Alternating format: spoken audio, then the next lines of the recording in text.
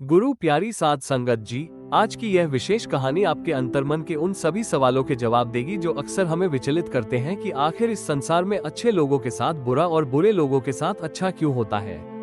आज हम जगत गुरु, करुणा के सागर, धन धन श्री गुरु नानक देव जी के जीवन की उस अमर साखी को विस्तार से समझेंगे जो कर्मों के सूक्ष्म लेखा जोखा को स्पष्ट करती है।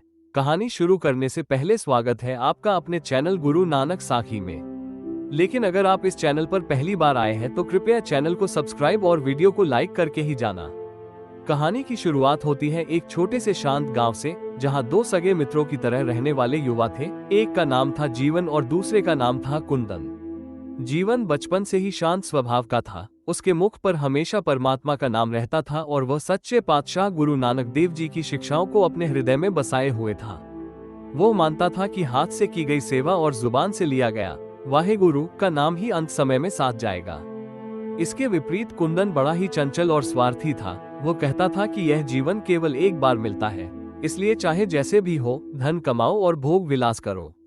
एक बार गांव में समाचार फैला कि जगत गुरु साहिब श्री गुरु नानक देव जी अपनी उदासी यात्रा के दौरान पास के एक बड़े नगर में ठहरे हुए हैं और वहां दूर दूर से लोग अपनी आत्मा की प्यास बुझाने आ रहे हैं। जीवन के भीतर जैसे भक्ति का सैलाब उमड़ पड़ा। उसने कुंदन से कहा, भाई कुंदन, धन्य भाग होंगे हमारे जो हम नूर-ए इलाही गुरु नानक देव जी के दर्शन कर पाएंगे।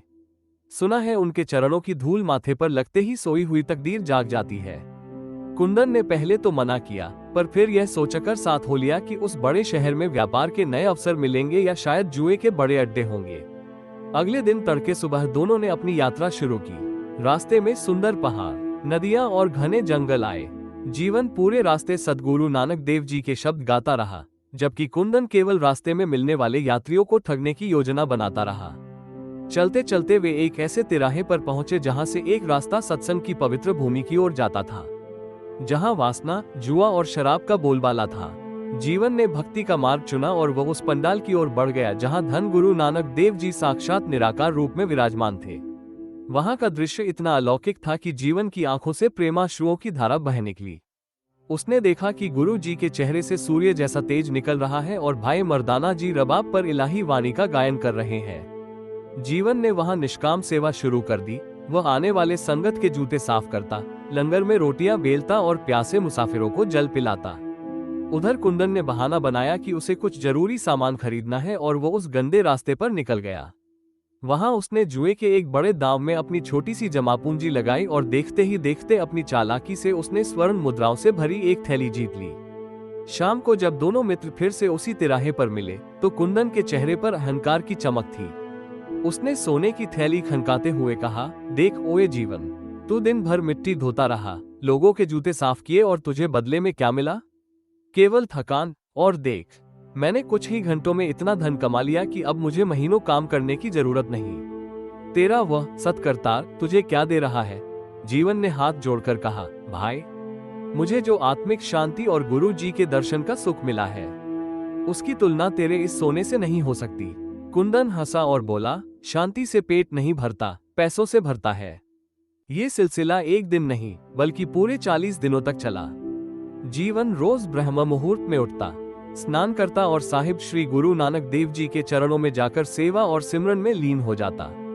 वो गुरु जी के उन वचनों को अपने भीतर उतारता जिनमें गुरु जी कहते थे, विन कर्मा किच पाए नाही, जे बहुतेरा धावै, बिना कर्मों के कुछ प्राप्त नहीं होता।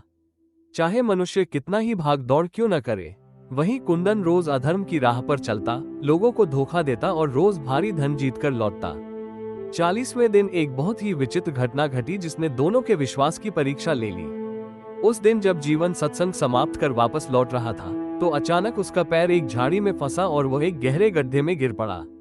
उस गड्ढे में एक बहुत बड़ा लोहे का कील ऊपर की ओर निकला हुआ था, जो जीवन के पैर के आर पार हो गया। जीवन दर्द से तड़प उठा, उसका पूरा पैर खून से लथपथ हो गया। वो किसी तरह लंगड़ाते हुए और वाहेगुरु पुकारते हुए बाहर निकला। ठीक उसी समय कुंदन भी वहां पहुंचा।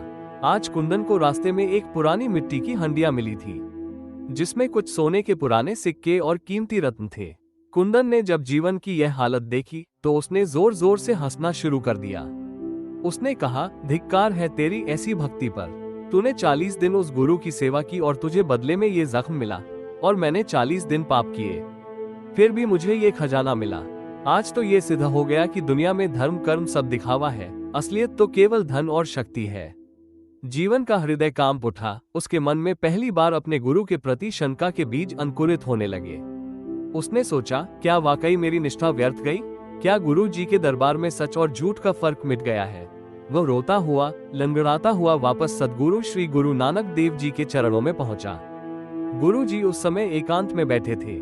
जीवन को देखते ही अंतर्यामी गुरु जी ने मुस्कुराकर कहा, आओ भाई जीवन, आज बड़ी देर कर दी, और यह पैर में चोट कैसी?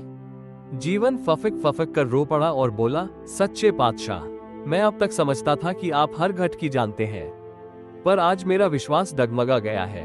मैं आपकी सेवा करता रहा और मुझे ये कष्ट मिला, जबकि मेरा मित्र कुंदन अधर्म करता रहा और उसे स्वर्ण मिला।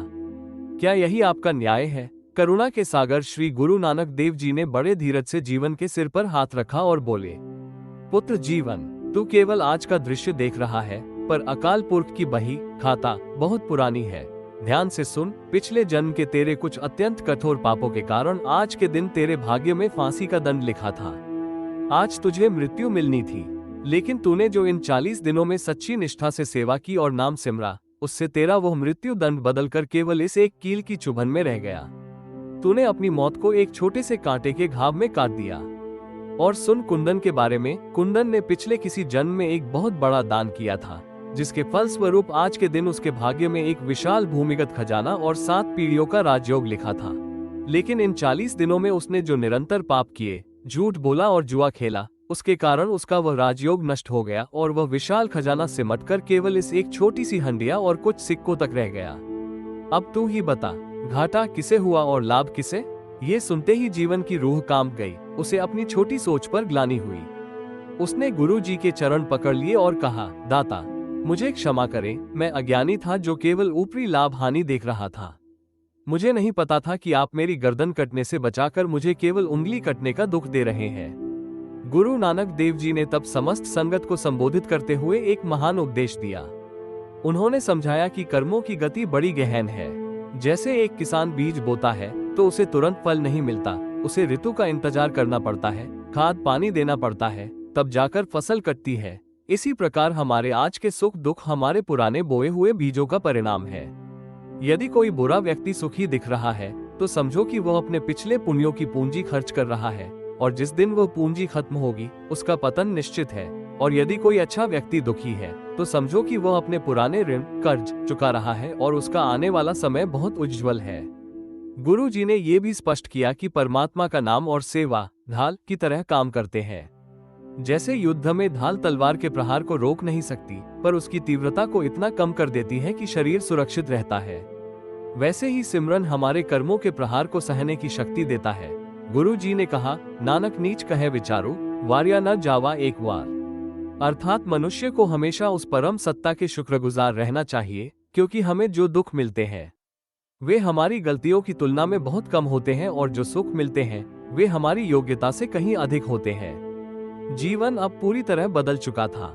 उसने कुंदन को भी यह राज समझाया, पर कुंदन के अहंकार ने उसे सुनने नहीं दिया, और अंततः कुछ समय बाद कुंदन का सारा धन जुए और बीमारी में नष्ट हो गया। जबकि जीवन का वो छोटा सा घाव ठीक होने के बाद उसका जीवन आनंद और बरकत से भर गया। वो गांव गांव जाकर गुरु नानक देव जी के नाम का प्रचार करने लगा। दोस्तों, ये कहानी हमें सिखाती है कि घबराना नहीं चाहिए अगर अच्छे रास्ते पर चलते हुए कांटे मिले, क्योंकि वे कांटे दरअसल उन बड़ी मुसीबतों का अंत होते हैं जो हमारे कर्मों के कारण आने वाली थी। विश्वास रखिए, धन धन श्री गुरु नानक देव जी की मेहर जिस पर हो जाए उसका लोक और परलोक दोनों संवर जाते हैं। हमेशा सच्ची किरत करें और परमात्मा पर अटूट भरोसा रखें, क्योंकि उसकी लाठी में आवाज नहीं होती, पर उसका न्याय अचूक होता है। अगर आपको ये प्रेरणादायक साखी पसंद आए हो तो कृपया इसे शेयर करें और कमेंट में वाहे गुरु जी का खालसा वाहे गुरु जी की फतेह लिखें। धन्यवाद।